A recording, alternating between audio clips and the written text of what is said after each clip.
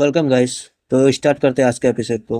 तो पिछले एपिसोड में हम लोगों ने देखा था कि वो जाओ फैमिली का लड़का और मिस डुगू को लेकर के मेन कैरेक्टर के पास पहुंच गया था। जो सुनकर के सेट के सभी एल्डर लीडर्स वहां पे आ गए थे। और जब उन्हें यह पता चला कि वह लड़की मेन कैरेक्टर के होने वाली हो चुकी मंगेतर है, तो ये सुनकर के वो दोनों एल्डर्स बहुत ही खुश हो गए और मन ही मन सोचने लगे कि अब तो मेन कैरेक्टर को सेट से जरूर ही निकाल देंगे, क्योंकि उसने होली मैडम के साथ धोखेबाजी की है। उसकी पहले से ही मंगेतर होने के बावजूद उसने शादी करने की कोशिश। तभी मिस डुगो शर्माते हुए पूछती है, क्या आप ही लिंडाओ है? और मैं सच कह रही हूँ, मैं ही आपकी मंगेतर हूँ। जो सुन लीडर पूछती है, पर मैं कैसे मान लूँ कि तुम ही लिंडाओ की हो चुकी मंगेतर हो? तो वो कहती है, मेरे पास एविडेंस है, मैं सच कह रही हूँ। और वो एक लेटर को निकाल करके लीडर के हाथ में दे देती है। जब लीडर उस लेटर को पढ़ती है तो वो बहुत ही जोर जोर से हंसने लगती है, जो देख करके लिंडा बहुत ही परेशान हो जाता है और कहता है, आप लेटर को पढ़ के इस तरह से क्यों हंस रही हो? आखिर लिखा क्या हुआ इस पे? तो हमें पता चलता है कि लेटर पे ये लिखा हुआ था कि जब जब लिन फैमिली मुसीबत में था, तो डुगू फैमिली ने लिन फैमिली पर बहुत ही एहसान किया था, जिसके कारण लिंडाओ के फादर ने लिंडाओ को उस लोगों के पास भेज दिया और मिस डुगू के साथ सगाई करवा दी। और ये भी लिखा हुआ था कि लिंडाओ डुगू फैमिली का एक बैल बन करके काम करेगा और वो बहुत ही वफादार कुत्ता बन के भी रहेगा। जो सुनकर के मेन कैरेक्टर भी शॉक्ड हो जाता है और वो मनी मन सोचता है, साला मेरे बाप ने इस तरह से क्या लिख करके भेजा है? क्या मैं बेल बन के रहूंगा उसके परिवार पे? जो वो कहती है, तो आप लोगों को पता चल गया, मैं सच कह रहा था और ये मेरा सबूत है कि मैं ही इसकी हो चुकी मंगेतर हूँ। इतने में वो पील होल का बुड्ढा एमसी पर अटैक करने के लिए आगे बढ़ जाता है और कहता है कि कमीने, तुमने हमारे शेख के नाम को बदनाम कर दिया है। तुम्हारे पास पहले से ही एक लड़की है और इसके बावजूद तुमने हमारे शेख के लड़की के साथ शादी करने की हिम्मत कैसे की? मैं तुम्हें नहीं छोड़ूंगा। जो देख करके वो पनिशमेंट हॉल का लीडर भी आगे बढ़ जाता है एमसी पर अटैक करने के लिए, और साथ ही साथ बाकी जितने भी एल्डर्स होते हैं सभी मेन कैरेक्टर पर अटैक करने के लिए आगे बढ़ जाता है। जो देख लीडर आगे आ जाती है और कहती है, बस करो, बहुत हो गया तुम लोगों का।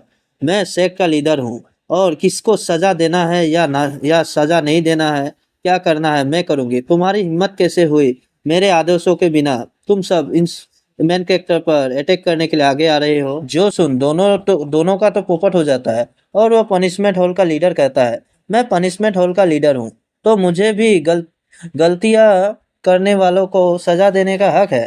पर आप लीडर है शेख का, तो अगर आप इस तरह से सजा नहीं देंगे और गलतियां करने वालों को छोड़ देंगे तो इससे तो हमारे शेख का बदनामी हो जाएगी। तो आप इसके बारे में क्या सोचती है? जो सुनकर लीडर सोच में पड़ जाती है। तभी मेन कैरेक्टर कहता है, भले ही हम दोनों के बीच एंगेजमेंट हो चुकी है, पर मैं इन सब चीजों से अनजान था और इन पत्र में जो लिखा है वो भी सच है। तो मैं मानता हूँ कि हम दोनों का एंगेजमेंट हो चुकी है, पर मुझे याद नहीं है। जो सुनकर के पनिशमेंट हॉल का लीडर कहता है बहुत ही गुस्से में, तो तुम अपनी गलतियों को मानते हो तो चलो सजा के लिए तैयार हो जाओ। तभी मेन कैरेक्टर होली मैडम को पूछती है, तो बताओ तुम्हारा क्या राय है इस मामले पर? क्योंकि तुम विक्टिम हो तो तुम ही जो कहोगी वही होगा मेरे साथ। तो बताओ तुम्हारा क्या बात है, क्या राय है? जो सुनकर वो थोड़ी शॉक्ड हो जाती है और सोचती है कि कमीना ने मेरे ऊपर ही सारा झमेला छोड़ दिया है। और वह कहती है, जबकि तुम्हें इन सब की जानकारी नहीं थी इसलिए तुम्हें दोषी नहीं मानती हूँ मैं। और ये लड़की जब कि तुम्हारी फियोंसे है तो ये भी हमारे शेक में रह सकती है। ये बातें सुनकर के जितने भी हेटर्स थे सबके सब शॉक्ड हो जाता है और मन ही मन सोचता है, क्या क्या इससे फर्क नहीं पड़ता लिंडाओ की दूसरी शादी होने से? और वह बंदा जो कि झाओ फैमिली का बंदा था, वह सोचता है कि हाँ, ये तो मेरा सारा का सारा खेल ही उल्टा कर दिया। क्या इसे कोई भी प्रॉब्लम नहीं है इसके दूसरे शादी के बाद? सुन करके भी उसे कोई गुस्सा भी नहीं आ रहा है, क्या बात है? और वह कहता है, क्या तुम ये क्या कह रही हो? जबकि तुम्हें यह पता चल गया है कि तुम्हारा होने वाला पति किसी और लड़की के साथ शादी होने वाली है, तो क्या तुम्हें गुस्सा नहीं आ रहा है? तुम्हें तो उस कमीने को अपने शॉट से टुकड़े टुकड़े कर देना चाहिए। जो सुन करके होली मैडम कहती है, बस कर तू, यह हमारा फैमिली मैटर है तो हम इसे खुद ही निपटा लेंगे। और जबकि यह हमारी फैमिली मैटर है तो इस मामले पर किसी बंदे या किसी शेख को बोलने का कोई हक नहीं है। और तुम्हारी जबकि यहाँ पे काम हो चुकी है तो तुम यहाँ से अभी निकल सकते हो। जो सुन उस बंदे का तो पोपट हो जाता है और वो मन ही मन सोचता है, क्या करने आया था और क्या हो गया? मैंने तो सोचा था कि लिंडा को आज यहीं पे मार डाला जाएगा, लेकिन अब तो पासा ही पलट गया है। तभी लिंडा चिल्लाते हुए कहता है, तभी ने मैंने तुम्हें यहाँ से जाने को ऑर्डर नहीं दिया है, तो तुम अभी यहाँ से नहीं जा सकते हो। जो सुन वो बंदा कहता है, आखिर तुम्हारा क्या मतलब है जो तुम मुझे यहाँ पर रोक रहे हो। तभी मेन कैरेक्टर कहता है, मैं कभी भी किसी भी कमजोर को आज तक ना तो धमकाया है ना ही कुछ बुरा किया है, जबकि तुम बाप बेटों ने मिल करके मुझे तुम्हारी गलती के लिए सजा काटने पर इस सेक्ट में भेज दिया गया।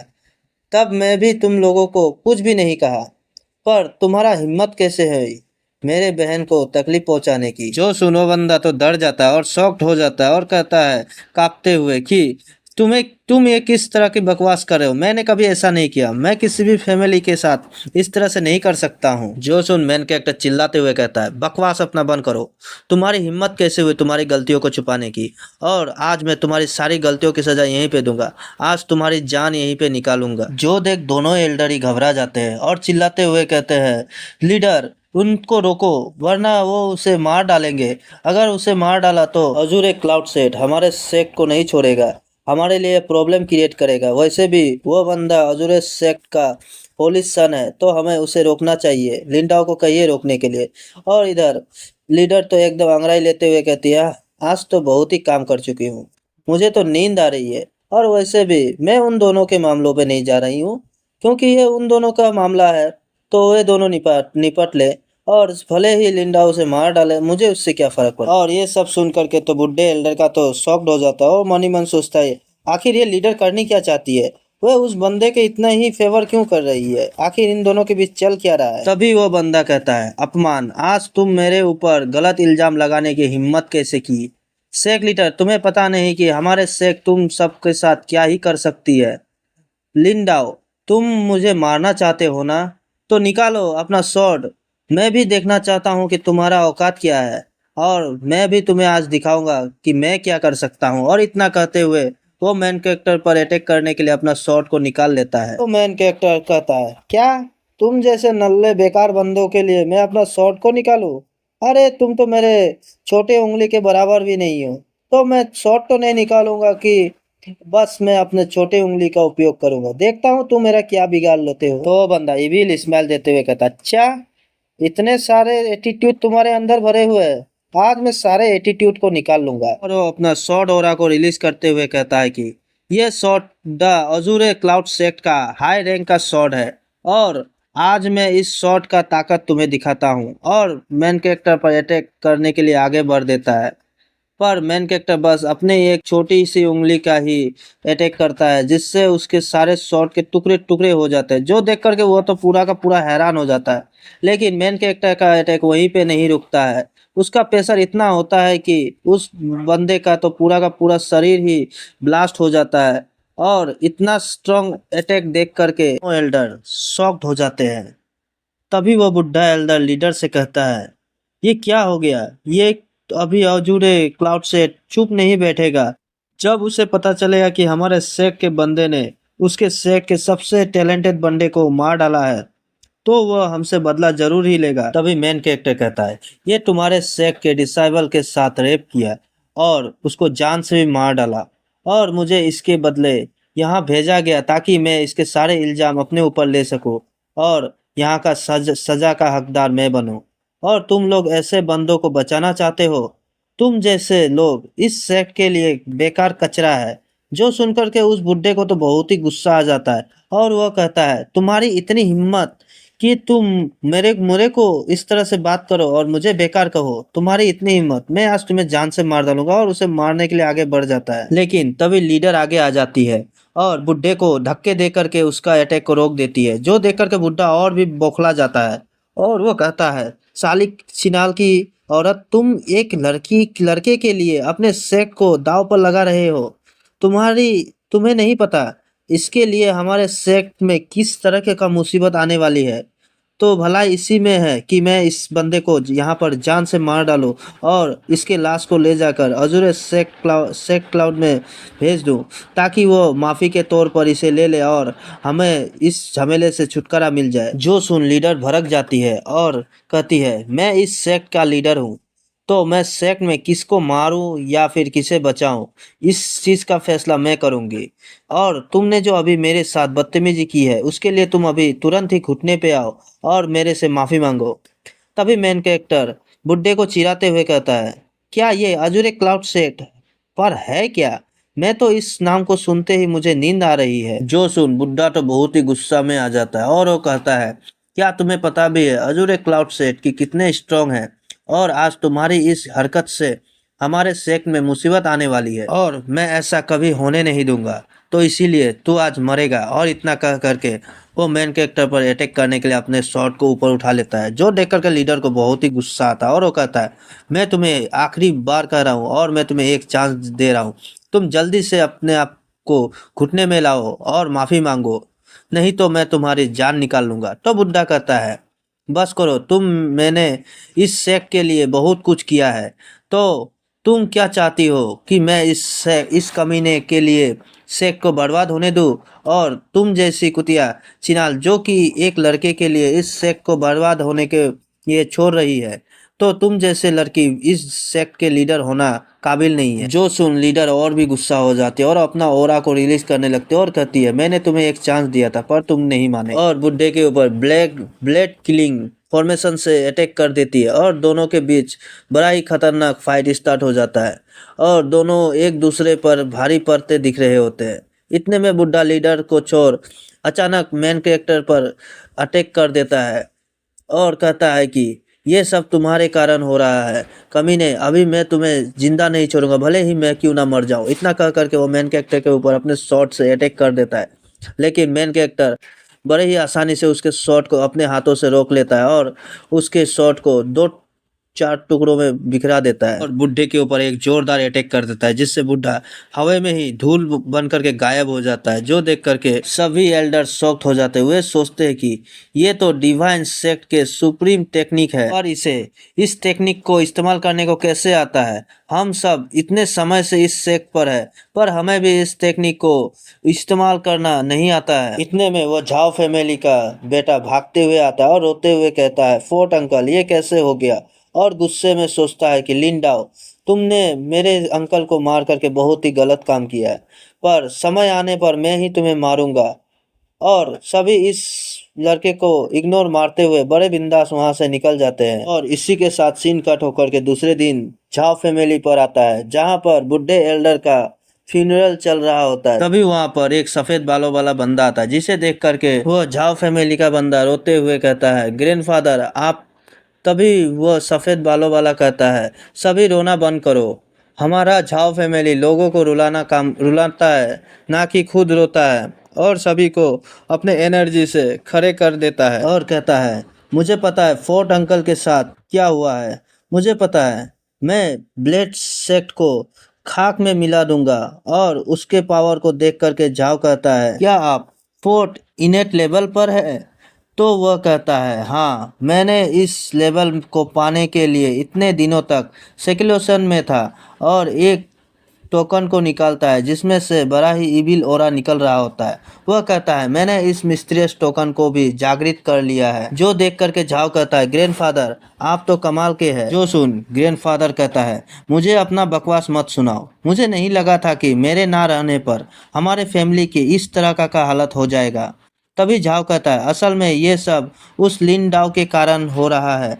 जब से वह इस सेक्ट में आया है कोई ना कोई गड़बड़ कर ही रहा है और सेक्ट लीडर भी उसे ही सपोर्ट करता है। जो सुन वह कहता है, अच्छा तो ऐसी बात है। वह लड़का जिसके बारे में कोई भी नहीं जानता उसे लीडर भी सपोर्ट करता है, गजब बात है, हमें इसके बारे में पता लगाना होगा। तो तुम जाओ और डेडमैन सेक्ट में इसके बारे में पता लगाने को कहो। जो सुन वह कहता है, ठीक है, और शर्माते हुए कहता है, असल में मैं होली मैडन को। तभी ग्रैंडफादर उसे अपने पास बड़े ही प्यार से बुलाता है, जरा इधर तो आओ। और जैसे ही वो ग्रैंडफादर के पास जाता है वैसे ही उसका ग्रैंडफादर उसे जोरदार एक लप्पड़ बजा देता है और बड़े ही गुस्से में कहता है, साले हमारे फैमिली के लोले लगे पड़े हैं और तुम्हें लड़कीबाजी करनी है? और जाओ मार खाकर रोते हुए कहता है, शायद आप सही कह रहे हैं, मैं ना तो मिंग्यू के लिए ये सब करता और ना ही हमारे साथ ऐसा होता। जो देख कर के ग्रैंडफादर कहता है बस कर, रोना धोना यहाँ पे मत कर, और ये ले, और इतना कह कर के उसके हाथ पे एक टोकन दे देता है। जो देख कर के वो शॉक्ड हो जाता है और कहता है अरे ये तो टोकन है, और शायद आप मुझसे नाराज नहीं है। तभी वो बंदा कहता है तुम जो चाहो वो करो, अब समय आ गया है डिवाइन ब्लेड सेक्ट को भाग्य बदलने का। ये सब उस लड़की के कारण हुआ है ना, तो तुम जाओ और उस लड़की के साथ जो करना चाहो वो सब करो। मैं भी देखूंगा कि वे लोग क्या करता है। जो सुन जाओ तो बहुत ही खुश हो जाता है और पागलों की तरह हंसने लगता है और कहता है थैंक यू ग्रैंडफादर, और मिंग्यू मैं आ रहा हूँ, आज मैं तुम्हारे साथ मजे करूंगा। और इसी के साथ सीन शिफ्ट होता है डिवाइन ब्लेड सेक्ट का, जहाँ पर मिंग्यू अपना सितार गिटार बजा रहा होती है। तभी उसके दरवाजे पर दस्तक होती है। जो देख कर के मिंग्यू सोचती है इतनी रात को कौन आया है जो हमें डिस्टर्ब कर रहा है। मैं हमें क्यों कह रहा हूँ बाद में पता चलेगा। और जैसे ही वह दरवाज़ा खोलती है उसके सामने झाव खड़ा होता है। जो देख कर के वह बहुत ही गुस्से हो जाती है और अपने शॉट को झाव के आंखों के सामने रखते हुए कहती है तुमने मुझे इतने रात को डिस्टर्ब करने के सही कारण अगर नहीं बताया तो मैं तुम्हारी आंखों के दोनों गोटियां निकाल दूंगी। तो वह कहता है अरे रुक जाओ, मैं तुम्हें कुछ इम्पोर्टेंट बात कहने आया हूँ। तो मिंगू कहती है फटाफट बोलो जो कहना है, मेरे हाथों में कोई भरोसा नहीं है, वह तुम्हारा जान भी निकाल सकता है। तो वो कहता है मुझे पता है कि तुम लिन डाओ के साथ शादी नहीं करनी चाहती हो। तुम्हें शेख लीडर ने बहुत ही फोर्स किया है जिसके कारण तुम मजबूरी में ये शादी कर रही हो, पर मैं ऐसा होने नहीं दूंगा।